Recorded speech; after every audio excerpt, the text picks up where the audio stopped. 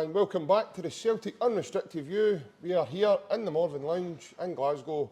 I'm JP, and joining me today are my two good men, Mr Alan Stirling, and it's a man of true tactics again, joining us for this pre-match build-up for Celtic in the Champions League once again against Aston Villa. That is indeed Mr William Glavin. Good morning, William. How are you, mate? Yeah, good. How are you guys doing? All right? Yeah, I'm all right. Fantastic. It's good to have you back on with us again, mate. Yep, no, great to be back. Great to be hopefully giving a wee insight to Villa. I'm sure a lot of people probably know a little bit about Villa in terms of how they play, but we're going to drill down to how Unai Emery sets up his team and how he's going to hopefully play against us on tomorrow's match. So yeah, looking forward to it. Yeah. And Alan, how are you, mate? It's good to see you. Pretty well. Up for last night, but no, very well. Looking forward to the game. Obviously, we've put ourselves in a fantastic position.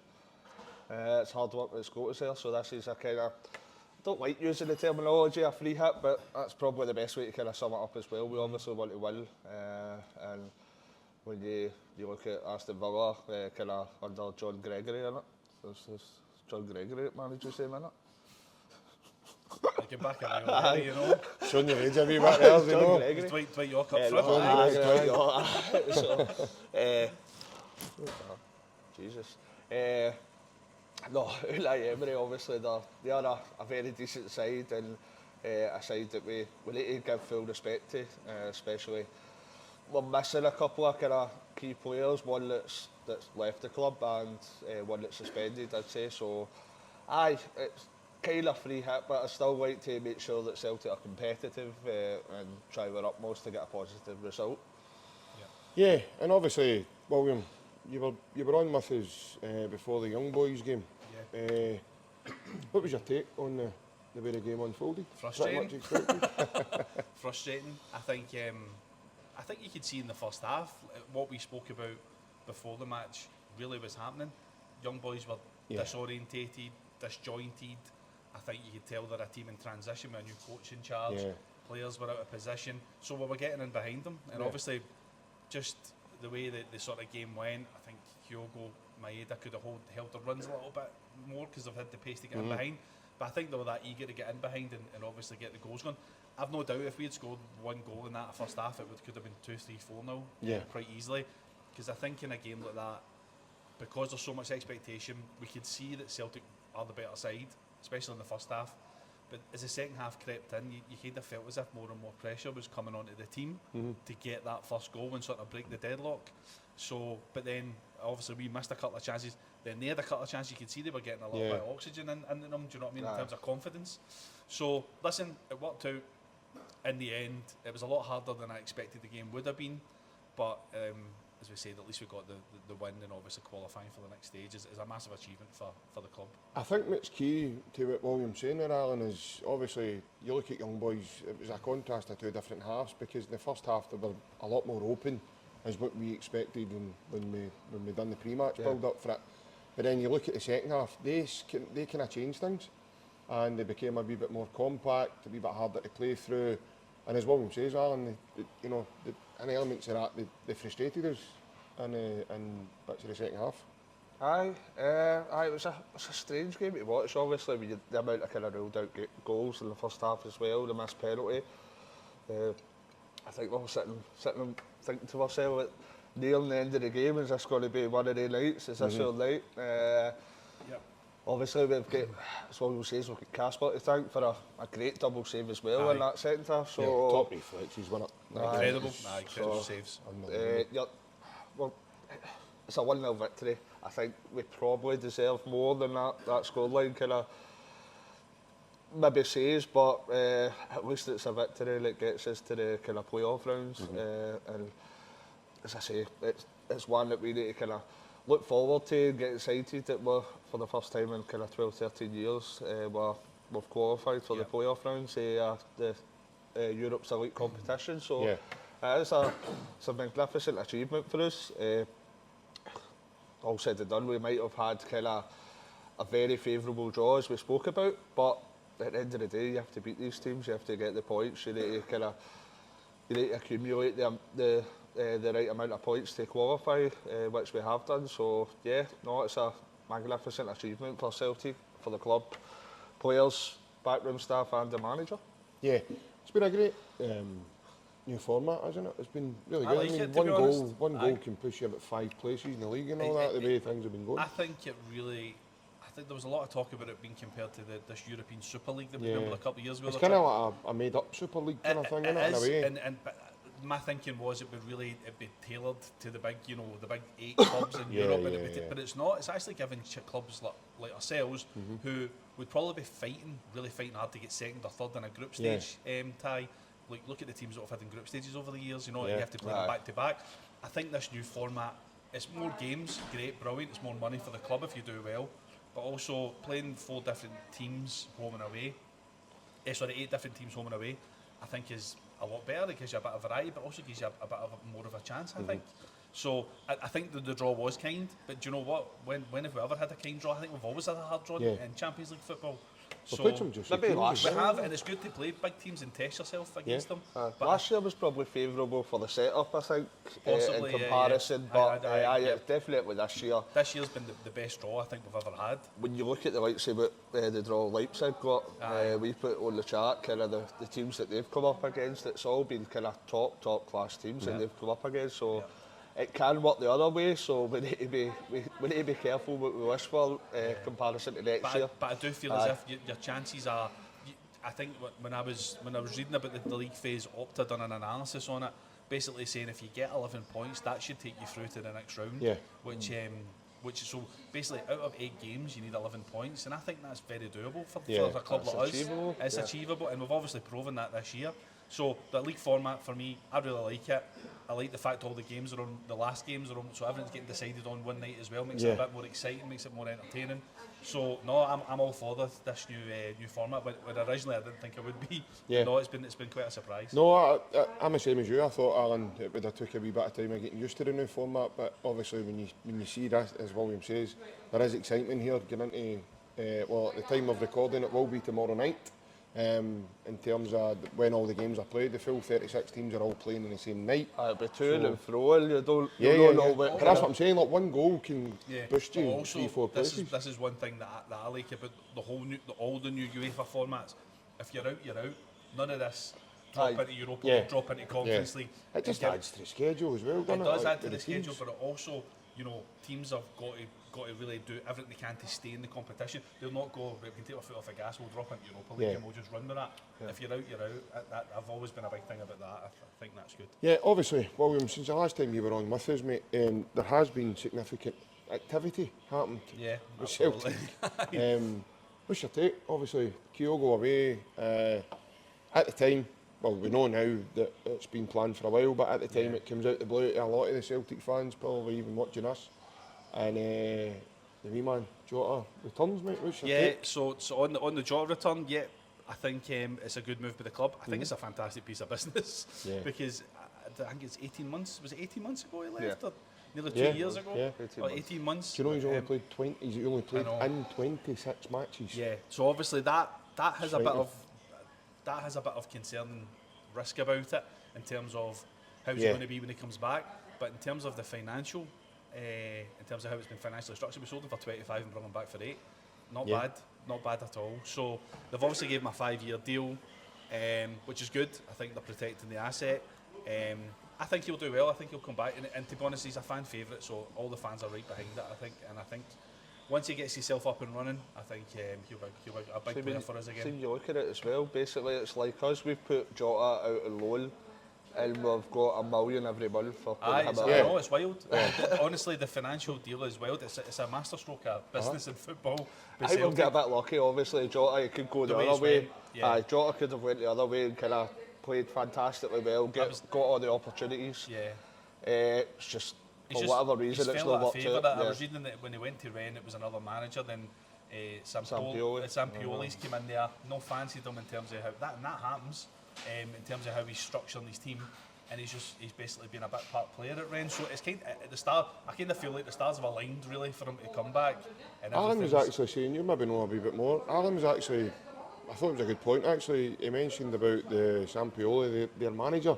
Was he the manager with Jota and El Ittihad? At some point. possibly. It could have been. I know it was off a the top of my head. Espirito Santo was over there when Nuno, Jota left for us. Nuno was the manager when he signed there.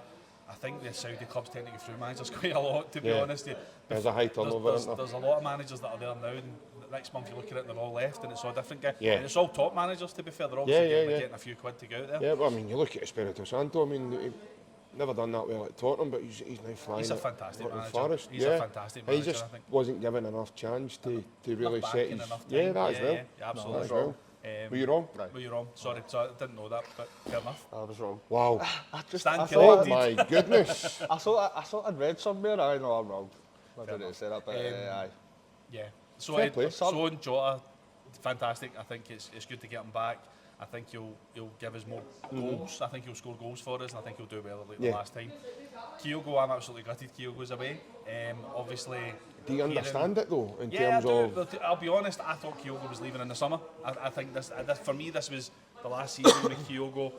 I'm saying to myself, I'm putting myself in his shoes and saying, I'm 30-year-old, I'm trying to break into the Japanese national side. I can't seemingly do it, even though I'm scoring 85 goals for Celtic over 3.5 years. So what do I need to do? I need to move on. So I always thought that he would move to another league within Europe, or maybe even go to MLS or something like that. But I think I read the Japanese manager told him he had to go to like a better league. Yeah, Top 5 league. I've heard this. the I've heard Celtic this. fans seem to have this thing where they feel that is a load of nonsense, but that isn't the No, case, because no, I've read it's that not. also. He didn't pick him for the World Cup in Qatar, I think, for those reasons, because he was playing in Scotland. Obviously, The thing is, Maeda had been picked, which is the But unusual but thing. as I keep saying, William, he's a different thing altogether. I mean, he's unmatched in the Japanese team. Japan have got another 2 guys like Kyogo in their team. Yeah. They now that are doing very well in Japan. That's where I think that's where some Celtic fans are finding the difficulty to grasp that actual concept. I mean, Hatate's been away with them, and I know you love him, but he's not played. I mean, he's travelled all that way and he's not getting on the pitch. The last time Maeda we played 3 minutes or something, or was that Hatate, one of them? That was Hatate. Hatate played 3 Hatate went away minutes. to the other side of the world, played 3 minutes and came back. Yeah. I know. But you've Yeah, got to as think well. of the training and everything. He's There's still a lot got that to- goes. There's a lot there's that of goes into it. But I think so. If I'm putting myself in Kyogo's shoes, I was leaving in the summer anyway. That's in my mind. The strange thing for me is the fact that he leaves in January. Whether or not he pushed it, to me, I think the stars aligned with Jota, and I think Rennes were looking for that type of player, and I think it all just kind of worked in terms of getting the deal done in January now. However, What's your thoughts on obviously Brendan coming out and saying that he's been wanting away for a couple of months now? yeah, do you know what? Now that in hindsight, looking back, that's probably why Adam Idah had to run the team December. I think he pulled him out and says, like, let's give Adam a run. Let's see how Adam does. Let's see how he does. A run of games, playing as a Celtics number 9, and to see how that went. Then he's obviously, Adam's not quite done it, or not done it, and he's brought Kyogo back in, and then Kyogo's got a couple of goals at Ross County showing how important that he is. But I've no doubt that Kyogo, I believe he changed agents start of the season just here. Signed with one of the biggest agencies You know more in the than world. anybody. There's a reason for that. Exactly. So I think he's got to look. He had to look at his options. The disappointing thing for me is he leaves in January. I think we're a bit lacking in depth in that position now.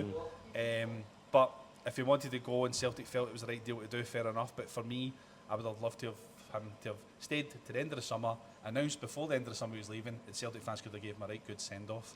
But for some reason, it's all sort of happened very quick. quickly It all as well, happened didn't really it? quickly. I think. Yeah, look, But he's 30-year-olds as well. Well, I that's think the the Jota deal's tied into that. I really think the Jota deal's tied into that. But So- that's where I was going to bring you in and that, because I know me and you have had conversations about Adam Idah and everything else. But you've got to look at that and you've got to say the business plan for Celtic and Brendan looking forward was Adam Idah was the longer term investment, which is why he spent the £9 million. That's the way I see it. Knowing that one day in the near, not too distant future, Kyogo was going to move on. Adam Idah was then maybe going to have to carry the mantle. As you said, his form's not been up to it. I know, and I can accept that, and we've had conversation about it. I still back Adam Idah. I still think Adam Idah will do the business for Celtic. If I'm wrong, I will hold my hands up in here and I will say we I'm hope he wrong. does. We Yeah, hope he of course does. will. We Of hope course he he does. does. And nobody here's actually saying, well, do you know what, Adam Idah's rotten, or he's mince, or he's this, or he's that. I can see something different in Adam Idah for, like, say, Alan. Alan sees something different that maybe I don't, which is fine, and that's the nature of it. But in terms of the Kyogo, as William says, he's 30 years of age, but that's fantastic business for Celtic. Again, you talk about the football trading model. 10 million for a guy in his 30s, man. You're doing something right there. Yeah. It's good business if we've definitely got a replacement lined up. That's the only way it's good business, because it can be detrimental to our chances in the playoff rounds if we've not got somebody of similar quality lined up. So Yeah. That's the point, Alan. I think that's the point. I think it's perceived lack of ambition. Some fans will look at this as a lack of ambition to say, we're selling our best striker midway through the season when we've qualified for the next round, because we've qualified after the league phase. That's us hit our benchmark. We're running away with the league. We've hit our benchmark. But Celtic fans, like you're saying there, Alan, we want to go further in the competition. We want to go further. we don't want to be weaker. On that though, you look at the prospects of how the window can turn out. If we get Tierney and just say the Danish fella, you've got to be like that. You've got to say that's some impressive business for Celtic. If they can get, I think Tierney's a stick on. Whether it's January or the summer, he's definitely coming. Yeah. I don't see that falling through. It's just whether Arsenal are going to let him go. I heard there's rumours for Zinchenko. Apparently there's interest in Zinchenko. They don't want to be sitting with one left back, which is the young lad. I can't name the boy's name. He gets sent off at the weekend. Miles Kelly. That's it. Miles Kelly, who looks a good player, to be fair. So they want to run with two left backs for the rest of the season. So Calafiori can play there as well, can't he? I suppose he can, aye. But I think he's probably looking for a bit of balance in terms of being on the left side. But I think Tierney's coming. Whether it's the summer or January, fair enough. Matthias Fiskgarden's a player I've actually wrote a wee bit about as well. I think a lot of Celtic fans have been looking into him because of the links. As well. So Matthias Fiskgarden is probably the ideal replacement for Kyogo, in my opinion. Looking at the data, looking at his statistics, copy, really, isn't he? He's very similar in terms of mode. In fact, one of my mates actually said to me, he looks like a younger, he looks like a version of Gary Hooper even. And I said, do you mean he said that? Then I went, I can see those similarities with Gary Hooper as well. The problem Celtic have got with Fiskgarden is they've been trying to get him, or they've been making sounds about trying to bring him in for the last 12 months. I remember this last January window there was links with him. Yeah. So he has been on the radar. But his stock is rising very, very quickly. He scored a lot of goals in the Danish league, which is a really difficult league. I don't think people underestimate how good Scandinavian football is, but especially in Denmark. Denmark is a really, really competitive league. He scored a lot of goals this year. His stock's rising. Bromby have already said, or are making sounds of, we're not letting them go this window. When they say that, they tend to say, it tends to mean, we'll let them go if you pay big money for them. You pay all the odds. Right. So, but the problem is, if Celtic don't get him in January, transfer? Apparently Bromby looked for 13 million euros, I think. So £11.5 million. Just over 10 million quid. That's it. So about 11.5 1.17 euros to the pound. I know that for holidays. That's loose change to Celtic nowadays, lads. But here's the thing. So if they don't, this is how I see it. I see it. They should go spend the money, structure a deal round about the 13 million euro mark, whether they pay so much up front in instalments, whatever way they want to do it. Get him in now, because if he keeps doing what he's doing, there's going to be teams from Germany, there's going to be big teams from France, there's going to be European teams after this point. €20 million in the summer. And it probably will go up, the value. Probably will go up. So Celtic have got a wee bit of predicament with him on that one. I've heard there's rumours flying about they're looking at other options. They've probably been put off because of Bromby are looking for big money. I tell you another one I've seen. From my point of view, they should just go and get him. Go and get him right now. The big lad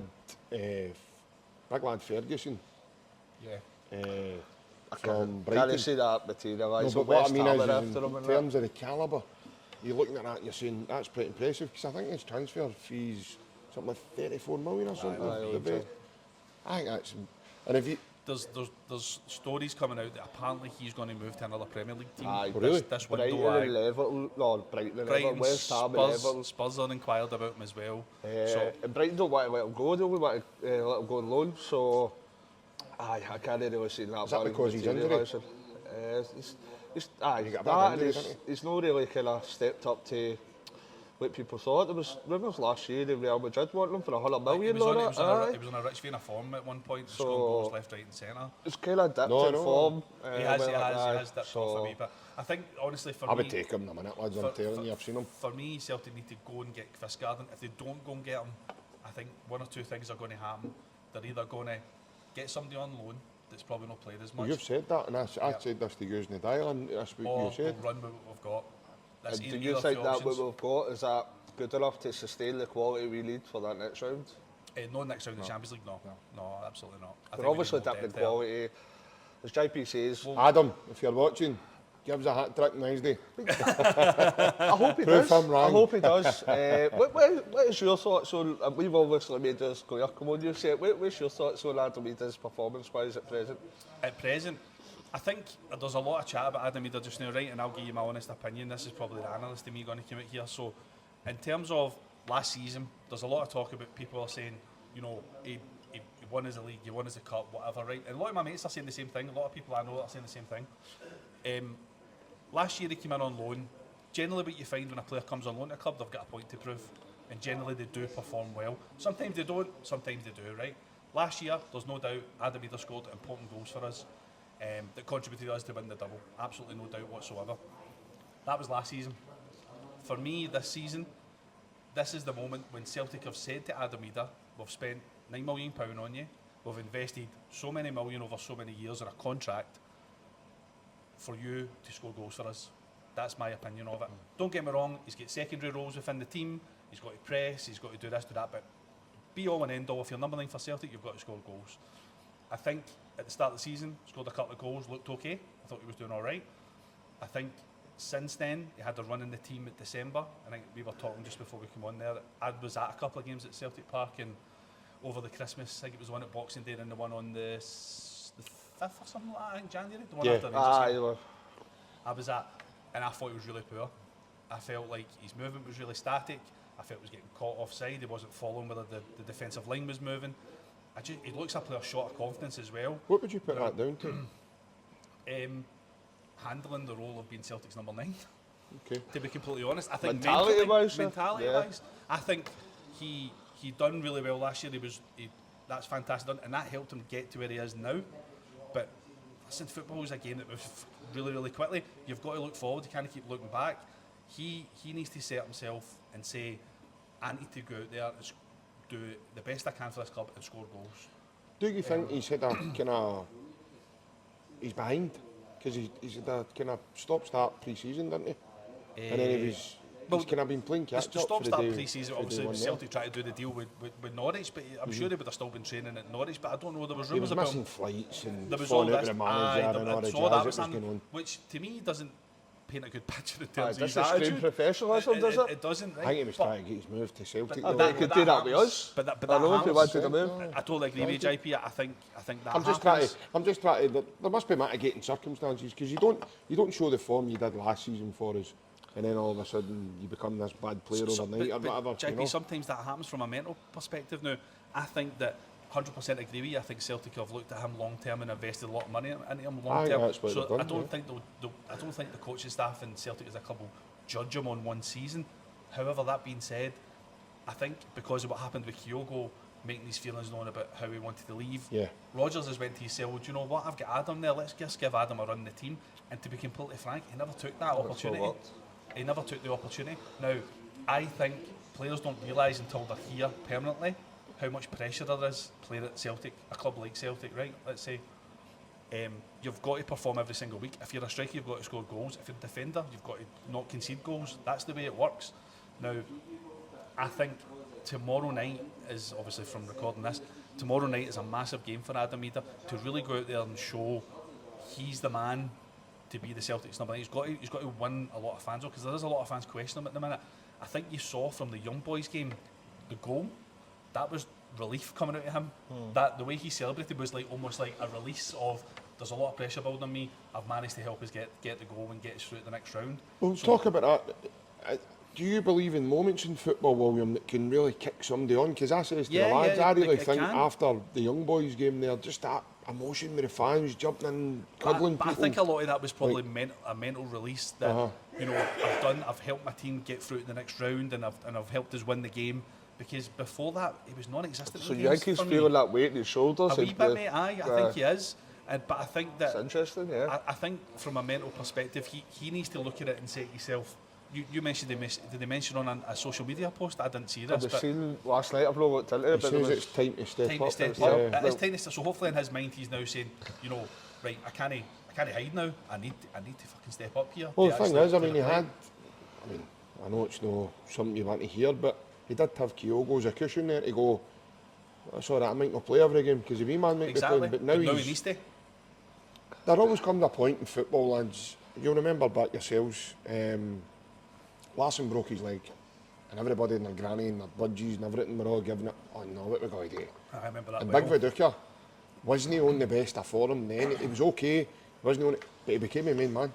Yeah. He really, I think it was like 32 goals I think that season he came away with. He got his move to Leeds off. Well, that's what I'm saying, off the back of that season. So I believe there's moments in football where it changes players, it changes things. And who knows, maybe that hopefully helped that him to get moment that goal against Young Boys. By the way, it was a phenomenal run he made, phenomenal pass by the love of your life, Alan, as you would like to call him.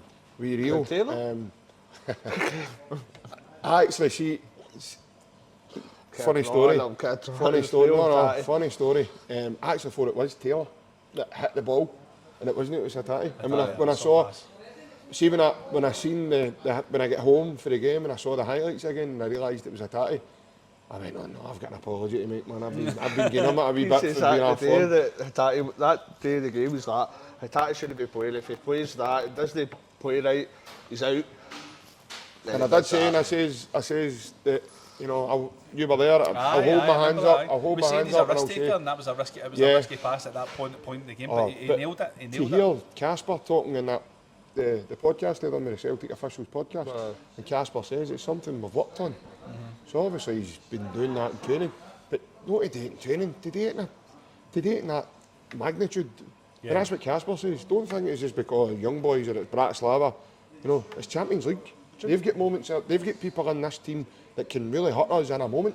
Right now in the summer we're starting to lose. We're kind of Japanese contingency, but obviously it started off with 6 Japanese players we've brought in. We're now down to 2 in it. Aye. Hold on, you trying to sell them? No, I don't want it. I don't want it at all. But I hope the other 2 don't go. I hope the other 2 don't leave. I'll be honest. I'm a big fan of Idah. Idah loves it. He does love it. I hope they two both stay. Listen, that was obviously part of the Postecoglou era. He knew these players because he'd worked in that league and knew them. Nobody had ever heard of Kyogo for a half until Ange came here. And once he came here, everybody's like, wow, who is this guy? And we got him for £3 million. I think a good thing to say woke up on Sunday morning. It was announced at 4 o'clock on Sunday morning. I remember waking up like, that's right, because it was Wisla Kobe put it out at like 3 in the morning or something, and then Celtic had to do it at like the back 8 in the morning here.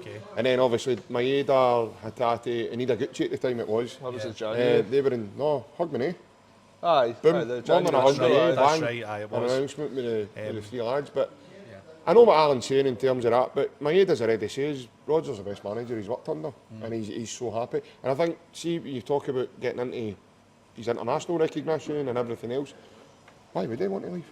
Like, where else is... Realistically, see if Maeda he had the ability and technique level of Jota, Maeda'd be playing at Real Madrid or something. Why would he want to leave? He's getting his birthday cakes with his kids with Postal Park in Glasgow, so... Postal Park, there's a wee cake shop in Saracen Street. I know, that's where somebody was saying they've seen him in there, I know. Maeda's kicking a bit Postal. He's trying to get us a bit of sponsorship up there and give me a wee cake shop there. A wee bit of shout. But yeah, I think it's the same with every player. I think you just need to try and... The moments of quality that these guys can give you and bring joy to you, and I think you need to try and enjoy what we can of it, because it just goes to show you they're not always going to be here forever. No, they never are. Kyogo's now a prime example of that. But, listen, in terms of the team Kyogo's away to, I'm a bit dubious as to his decision making there in terms of team stature, because I thought maybe... I'm really like bewildered, lads, as to how somebody of a higher calibre hasn't come in for Kyogo up to now. It could have just been... Well, there was obviously rumours about Man City at one point. I think the agents were obviously trying to work on that and try and get something maybe in the English Premier League for him, and it's not worked out. But Rennes is a strange one for me, to be honest, as well. Like, I think it rains probably just as much in Rennes as it does in Glasgow. It's not as if you're moving for the weather in northern France. I know the league, you said it's a top 5 league, but I suppose it is one of the top 5 leagues classed in Europe. He's going to a higher level as such. He is going to a higher level. I would definitely say that about the French Ligue 1. But I thought it was a bit of a strange one as well. But again, I just kind of think with the whole Jota thing, the stars have aligned, and Sampioli came out and basically said he needed a striker badly. I think they've struggled a little bit. It's probably his last big contract as well, isn't it? It's a 30-year-old, so he'll be getting 2.5 years. So he'll probably be getting more They get more money, no doubt, and then than there is at Celtic. In terms of financial, he'll do well with it. But I think from a footballing point of view, people maybe look at. I thought it was a little bit strange going to Rennes, but again, that might have been the most viable option. He could maybe say bye-bye to winning trophies and stuff again, unless they actually win the French Cup, which I'm not sure if... consistently kind of half decent in They've the been last okay, few years. they've qualified for Europe and things like that. They've done all right in Europe. Because we played them them a a few few years ago, didn't we? But they're a bit up and down this year. I don't think they're doing well. Did we not play them in the Europa League a few years ago? We did, aye. under Neil Lennon, aye. Yeah, we did. When Edward was with us. Obviously, touching on the Rennes thing there, they're a bit in the bottom of the league. They're struggling this year, eh? And is there a clause in his contract, do we know, if they were so happen to get relegated to League 2? Might come back to Celtic. Well, that's what I was saying to the lads on the dial, and I says, well, Get them for $2 million. well, that's what I'm saying, the way they were transfer business, I'm a bit of a surprise. It was an 18-month loan deal, we take them back for $2.5 million.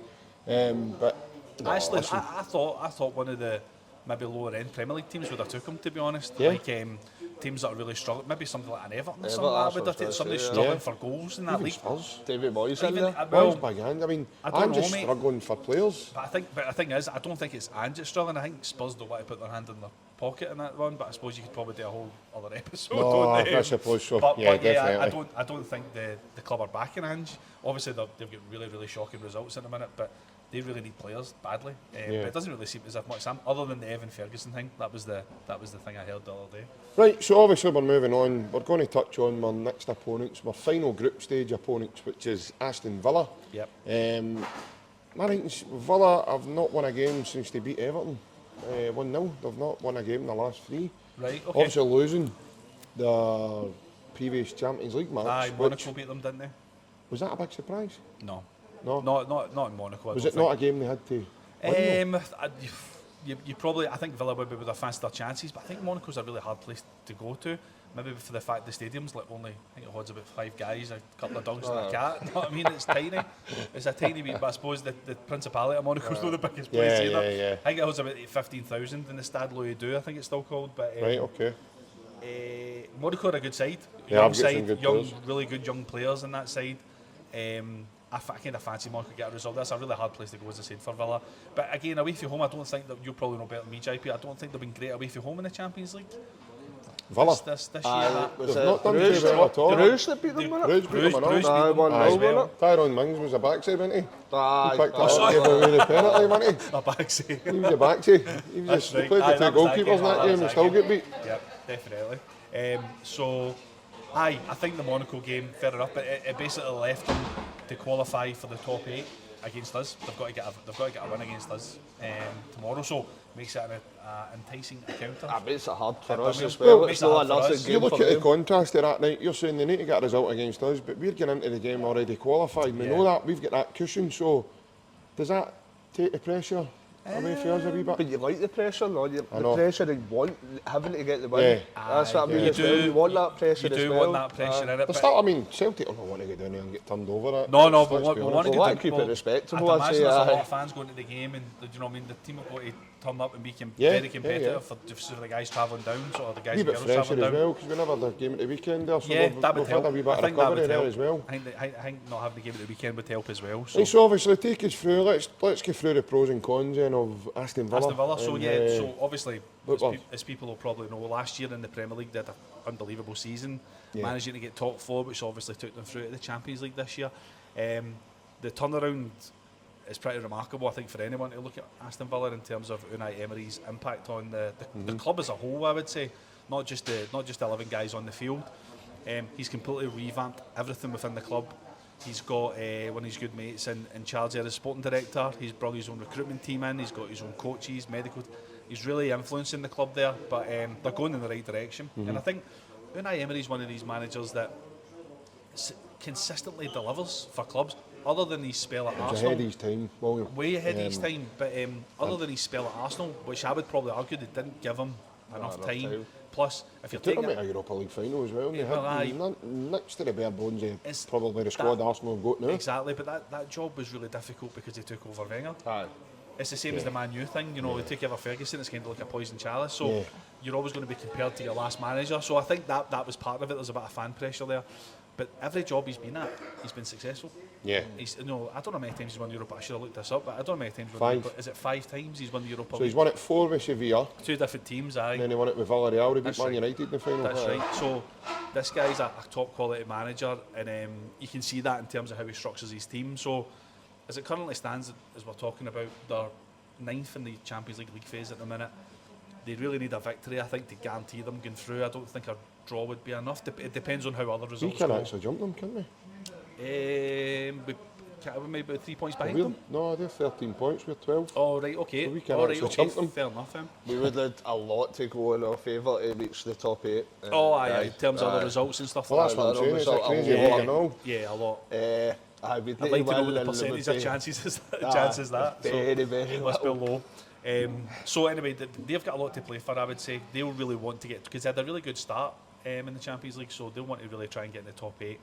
They're sitting just now 8th in the Premier League. Obviously, still a lot of games to go, obviously, in the season. So they'll be targeting European qualification, if not Champions League qualification. In terms of how they set up, so if I just swing around here, Unai Emery tends to set up his teams in a 4-2-3-1 formation. One of the key aspects of Unai Emery's teams is they're very, very compact. So I don't know if everyone can see that. No, we can. I think we're okay. I think we're fine. So in terms of, so the way I've set this up is very, very tight between the defensive line and the striker. Very compact. The whole idea of that is stop the opposition team playing passes through here. We're just flooding it with bodies. That's his whole ethos of the team.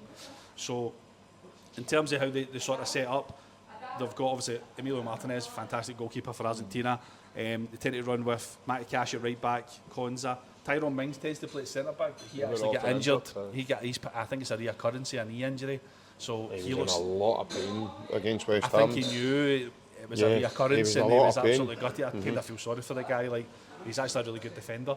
Good goalkeeper as well. Aye, a good back even. You phone him for a game. The backup for Martinez if he's injured on it. So normally that would be Tyrone Mings. It doesn't look like it'd be.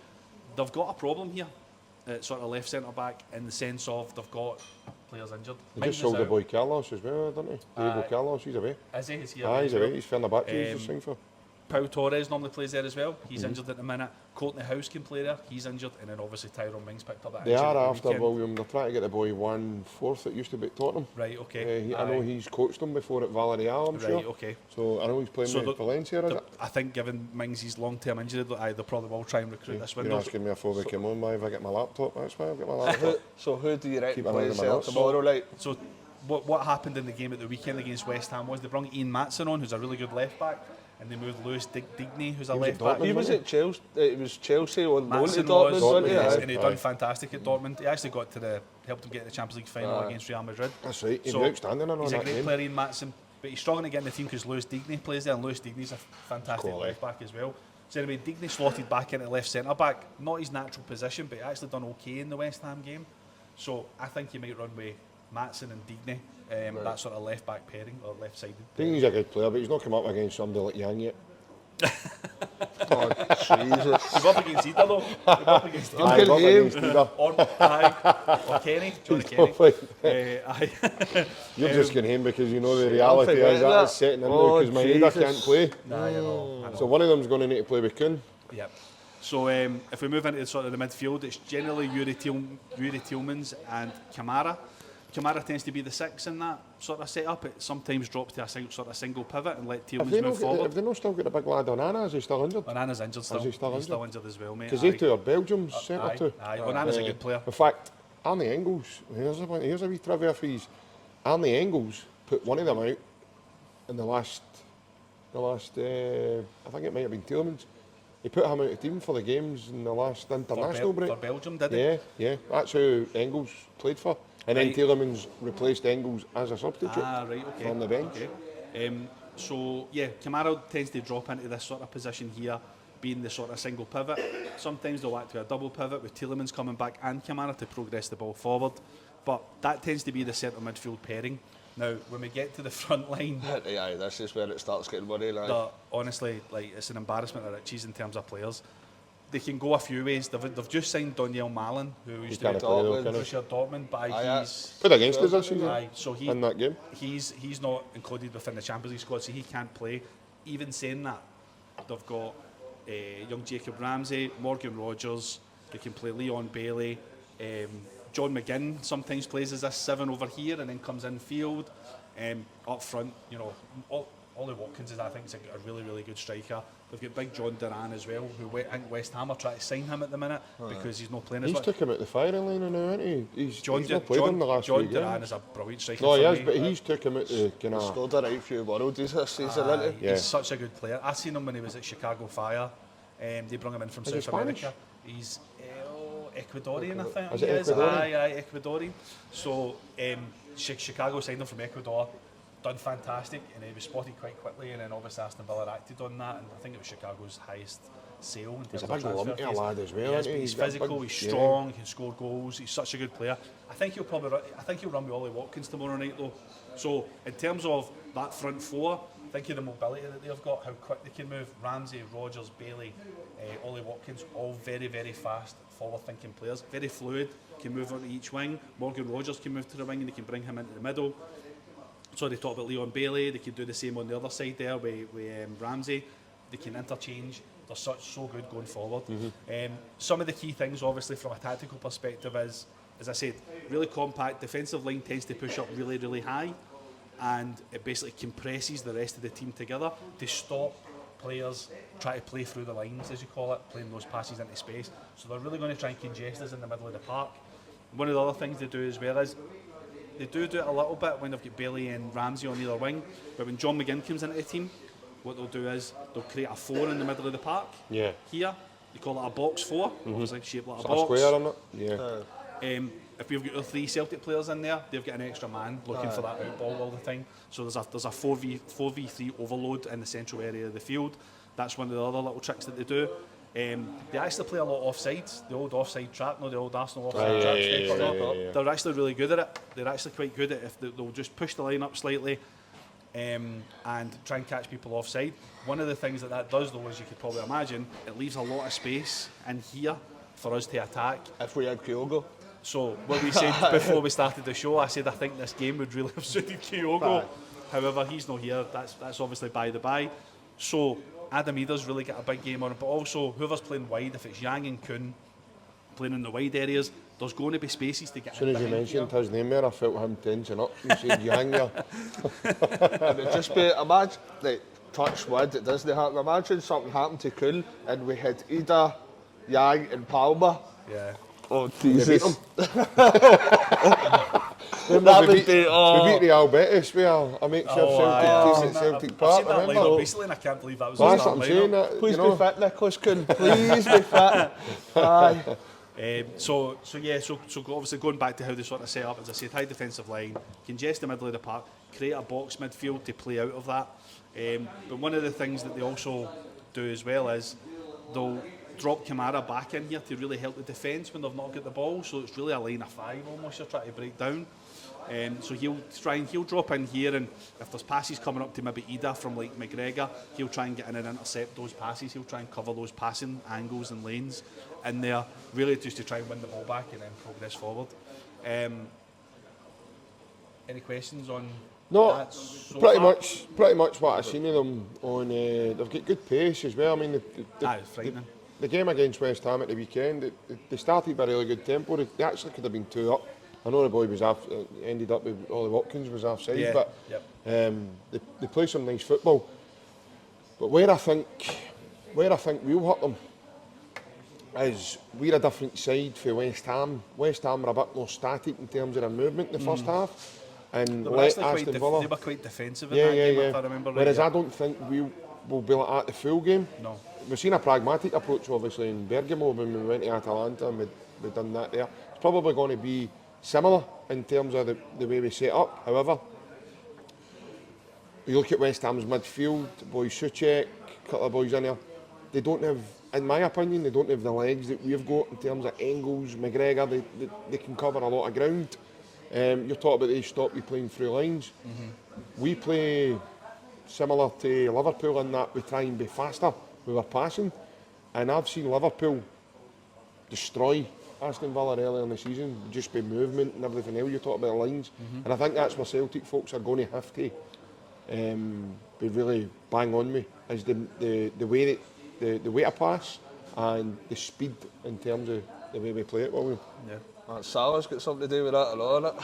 Well, We could do with one of him. That no, He's a lady, 100%. Well, I did Listen, have we've got our own version of Salah this season, and Nicholas Kuhn, he's produced a lot of big moments. Say Yang, No. man. And Nicholas Kuhn, he's produced a lot. That's probably the Mickey Mouse version, as they would call it, to Salah or whatever. We've got our own, luxury in that we've got a guy that can change a game in a second.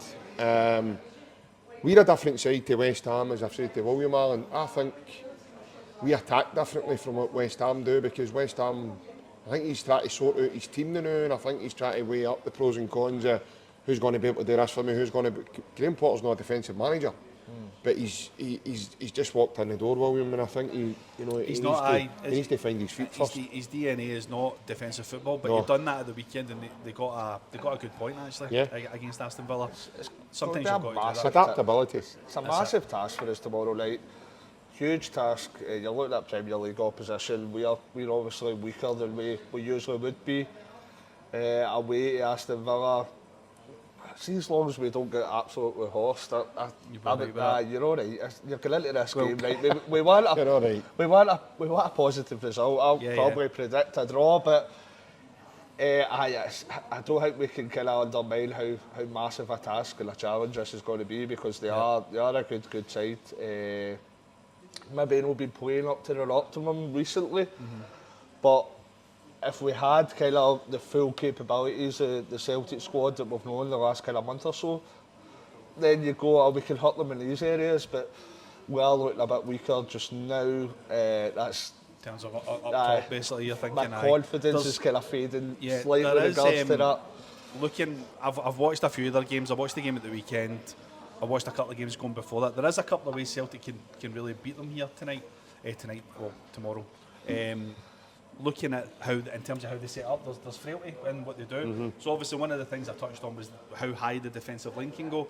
What tends to happen is the defensive line tends to follow wherever the ball position is on the field. So for instance, if Hatate's here with the ball, defensive line will sit here. But if Hatate knocks the ball back, maybe to like McGregor or Carter Vickers, everybody pushes up. That inherently leaves space in here, which tends to mean that Martinez is almost like a sweeper keeper, as you would probably call it nowadays. He tends to come up and try and sweep away anything that comes into that zone. So that's probably one of the things that we could do, and that's why I touched on the Kyogo thing. But one of the things that Adam Idah needs to do is he needs to watch where the line is, where he is, to keep on side, but also make those runs, because it's going to make the two centre-backs, especially if Deacon's there, who doesn't often play at left centre-back, it's going to make them ask questions of where Adam Idah's going to be. The other thing that I think is really interesting is, in Liverpool, you touched on Liverpool done this in a recent game, that they basically left both wide players, so I think it was Salah, maybe Cody Gakpo, was it maybe Diogo Jota, I think, left. Celtic could do Kuhn and Yang on the touchline to engage with both fullbacks, and then bring, if it's Hatate and Engels, bring both of them up with Idah. You've then got a scenario that you've got 3v2 in the middle of the field.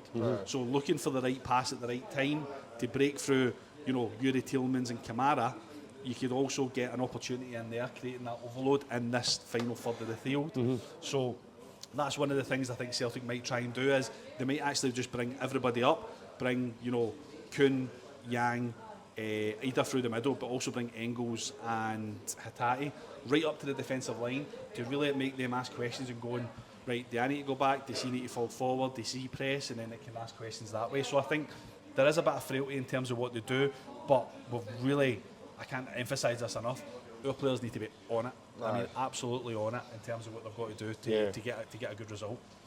Yeah, 100%.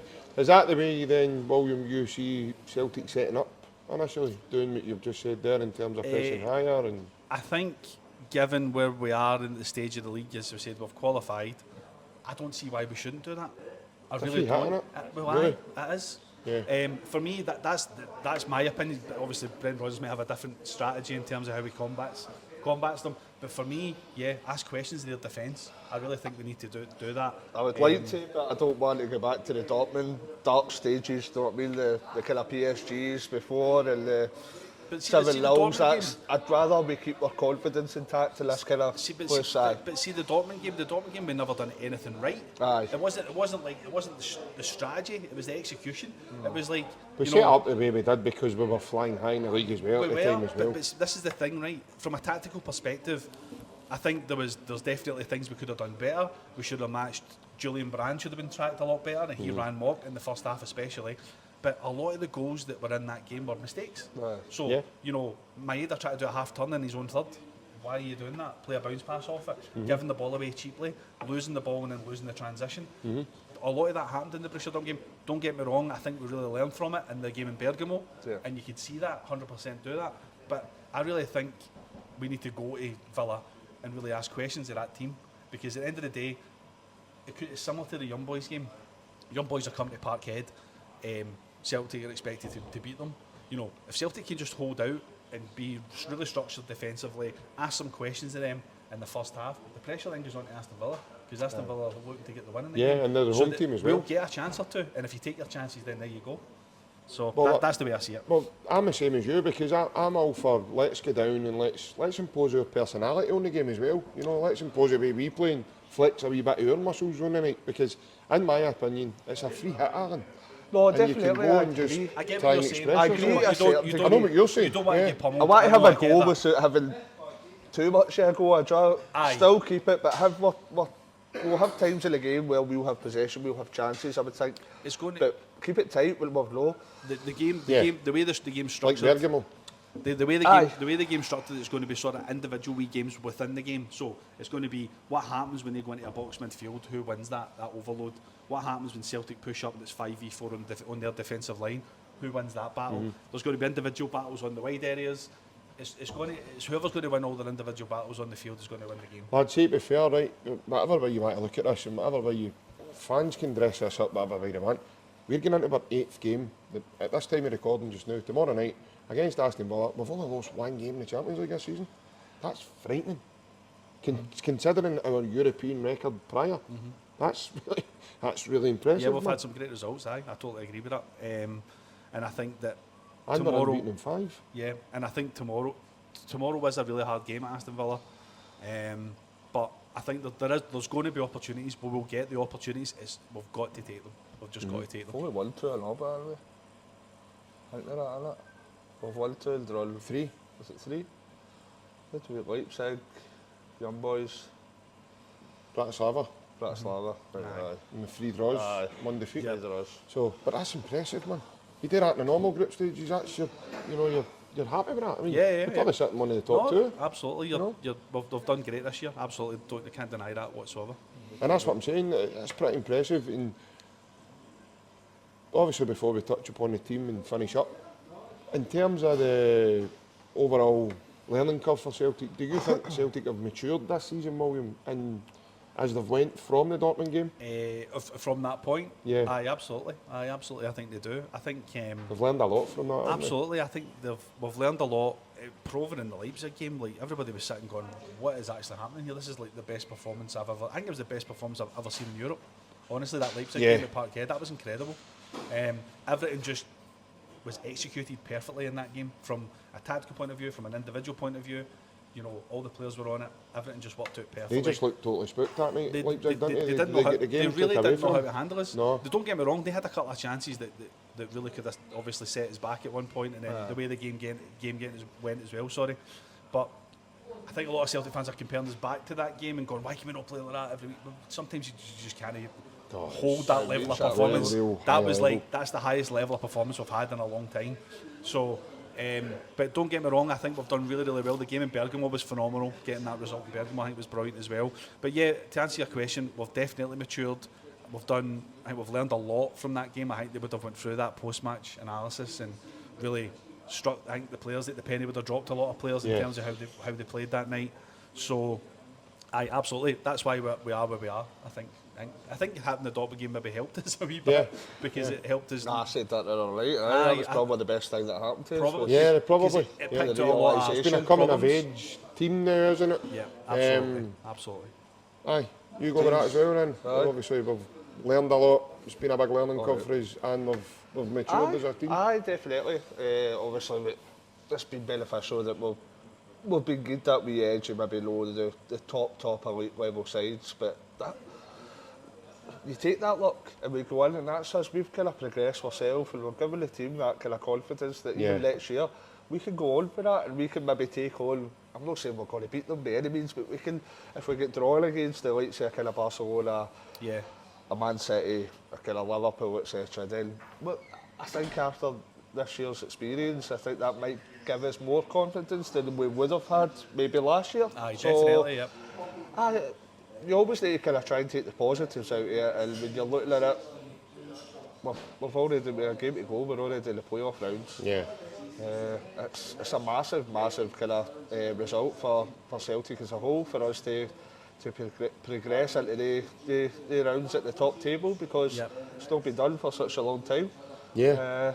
So it's a big, massive applause to everyone at the club, and let's hope we can kind of finish it, put the cherry on the cake tomorrow with a respectable performance and result. Yeah, 100%. Right, in terms of Celtic teams, how do you see Celtic lining up against Aston Villa? So I think it's going to be much the same, to be honest. Like, I think they're going to obviously give Casper in goals, Johnson, Trusty Carter-Vickers. I'd really start Valle tomorrow night. I would, but I don't think he will. I don't think he will. I really would. Do you know why I think I would? Because it doesn't seem to favour him. Leon Bailey against Greg Taylor. Exactly, mate. That matchup, that individual matchup, Leon Bailey against Greg Taylor. I'd fancy Valle in that role tomorrow night. I don't think he will. I think he'll go Taylor. I think it'll be McGregor. I think he'll run with Engels and Hatate. Kuhn. I think Yang will come in, and Adam Idah.